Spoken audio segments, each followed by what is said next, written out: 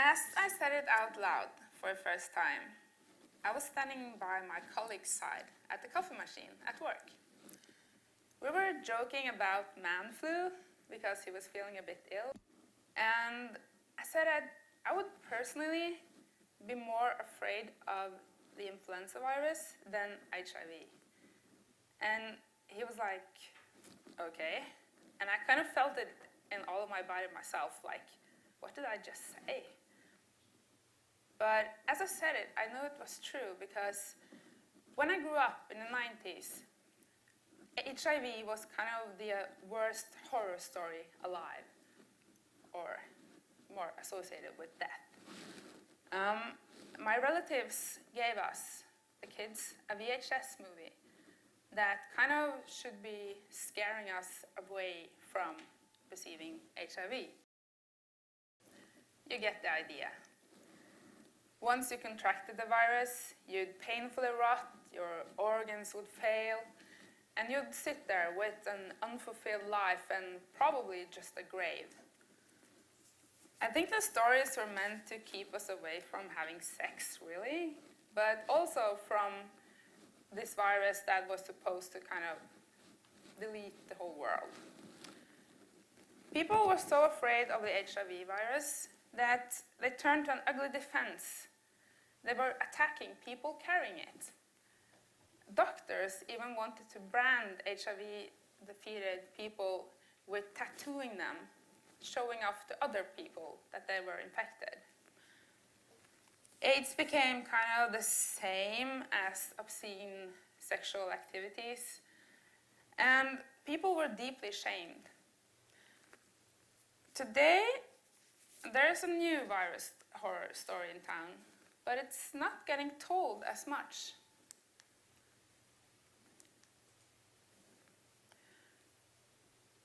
We've seen this thing before. A mere 100 years ago, or 101 this year, I think, the Spanish flu thrilled the whole world.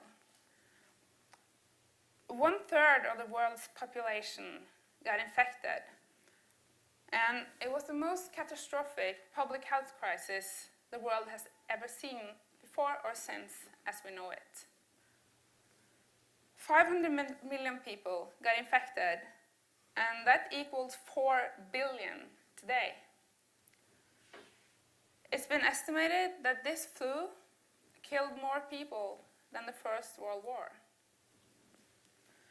And the danger is not over. Sooner or later, the world will be hit again. The World Health Organization rates a pandemic flu as one of the 10 most severe health threats today, globally. If it comes back, millions would die. Every single classroom would miss a student. Every father or mother would have to bury their kids. This classroom would lack a couple of people. But most people don't seem to be all that worried. When people talk about flu, it's more in the way of, man flu, or I had a bit of flu yesterday, I couldn't come to school. In tiny Norway, where I'm from, where I actually flew in from today, only about 1 out of 10 get their flu shots every year. Even though the flu shot is what can protect you over time, most people aren't that concerned about it. And why are we so relaxed? While a common flu is something you kind of brew on, the virus flu, is an acute respiratory infection that actually strikes you to the ground. A bout of a severe flu is something you remember for years.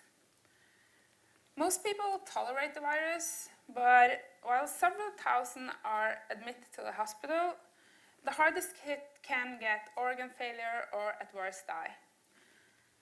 Seasonal influenza kills more than 500,000 people globally every year. A pandemic flu could, of course, be far more severe and would disrupt economy and hospitals, because probably some of the people who work at the hospitals would also get sick. The problem is we can't predict how the next virus or pandemic would look like. We don't know how hard it would hit. We don't know what kind of type it would be, so we can't really prepare for it by having a kind of, like measles vaccine you can take once or twice in your life and you have it all your life. You can't do that. You have to take it every year. The influenza virus is constantly mutating, like putting on disguises every year. So we have to kind of de-disguise it to be able to fight it once every year. The influenza virus is our winter is coming. But still, we're quite relaxed. Sometimes I think it's might have to do something with we don't have enough influenza influencers. Bad joke, I know. But still, we certainly do lack role models. Healthcare workers, they are statistically really poor role models because most people take the flu shot pretty seldom. Healthcare workers take them even more seldom. Many nurses and other healthcare professionals get their flu shot for free. They can take it at work, and still, most don't. They're considered at risk from getting the disease from their patient, and also they are at risk themselves to their patients. So when they don't do it, why should you and I? I got a lot of reasons, of course. Flu shots are effective. They are a hygiene measure. And sometimes I think this is kind of the Semmelweis issue of our time.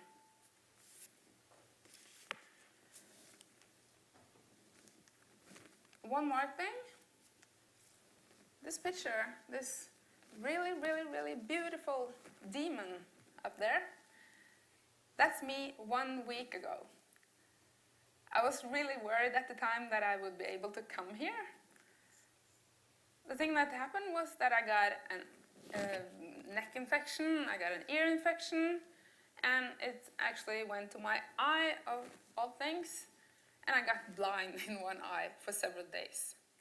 Thanks to functional antibiotics, I'm standing here and my eye is a little bit yellow, but who cares? I can see. Without antibiotics that functions, that would be a no-go today. And if we don't prepare for influenza by vaccines, we would probably use more antibiotics because a consequence of influenza is often that you get secondary infections. And if we use all our antibiotics, we can have resistance. We can run out of one of the most important things for public health. And I would probably have one eye or something to stretch it really far.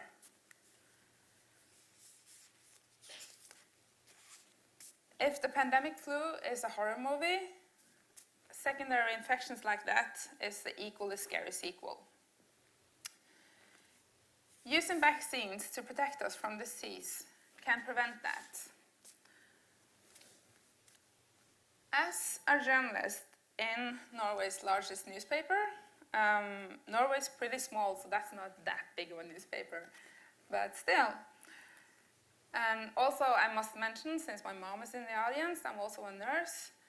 I kind of try to use my voice to speak about these issues, like bacterial resistance, or, about antibiotic resistance and vaccines. But when I write about this stuff, I always use a lot of facts and stats and kind of insist on telling people, like, there are so many people that could die so many years before this and this happens. And at one time, I realized that I had underestimated the value of stories. I used too much stats and too few stories. Because facts are so easy to overlook.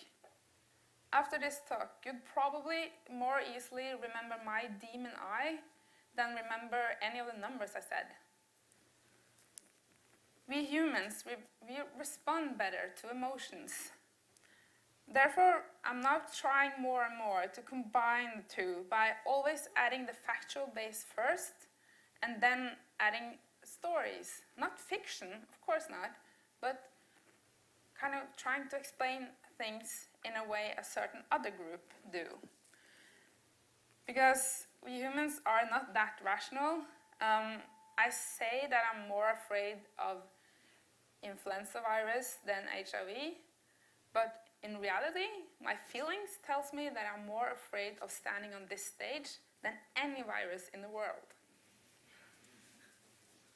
It's true, it's telling me this is the most dangerous thing they've ever done.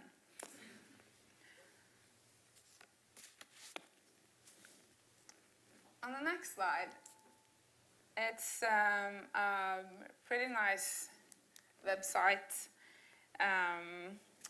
describing me as a journalist. You see, anti-vaccine movements are listed by the World Health Organization also as one of the 10 topmost threats against global health. And they are really good at telling horror stories. So-called anti-vaxxers can be easy to laugh at or just dismiss, but that doesn't lead to any good. I think we have to take this problem really serious and take their concerns serious by not agreeing with them, but try to explain, not necessarily to try to convince them, but to try and give arguments to the people who also listens to the conversation. The worries these people have come from several sources. They come from populist politicians, celebrities, not the most, social media stuffed with false or confusing information, like the VHS movies, just more modern. So when I do write about these issues, the people from that camp often react really hard, actually. I get a lot of feedback, and roughly they're considered to be in 3 groups. The first is from the very, very small camp that's really noisy, like this camp. To them, I'm a kind of death-bringing, big pharma, money-earning zombie that tries to cover up the truth from them.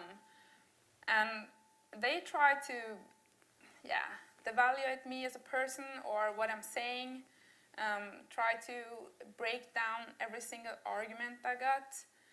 And those are not the people that I'm trying utmost hard to convince.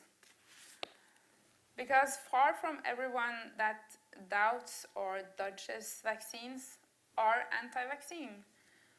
Most of them are people who have concerns but still either take vaccines or think about it, and they are the ones who should get cheered on. Like the second group, the uncertain or misinformed. Some of them ask genuine questions like, what are the side effects? What are the additives? Maybe they've read the same alternative news sites like this one and kind of want to know, is she really a zombie? Sometimes I say, yes, I am. And they laugh and get a bit calmed down. And maybe they are presented with really false but also really believable rumors.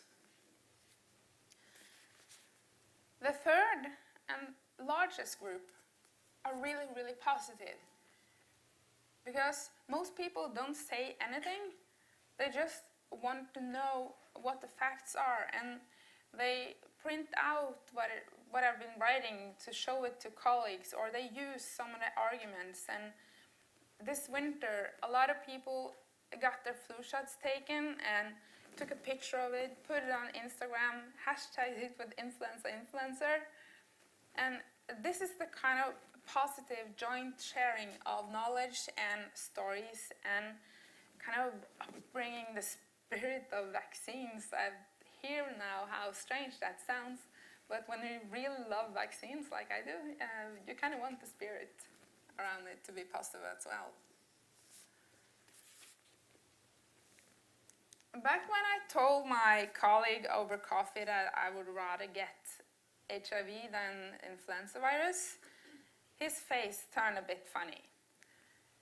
And I don't blame him. And other people, when I repeated this on TV or radio, have said that this sounds really, really weird. And I don't blame them either. The thing is, in fact, I do not underestimate in any way that treatment accessibility and changes around the world makes it unique to say that you are not afraid of HIV. I am not afraid of that because I am white, I am privileged, I'm from Norway, I'm not a man that has sex with men, I'm not a prostitute. Every single thing that's not connected to shame and myth and things that do that, I would not have a problem if I contracted that virus.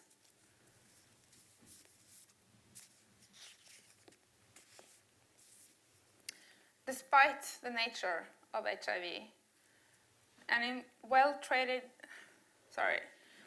despite the harrowing nature of the HIV virus, and in well-treated areas, it's only slightly contagious. The moralistic myth of the gay plague is as dead as VHS. But the old stigma hangs on, and it kind of works like a virus that creeps into the body and makes the mind sicker. But we have to remember that a rough estimate says that in 24 years, not as many people have died from HIV in 24 years as they did in 24 weeks from the flu.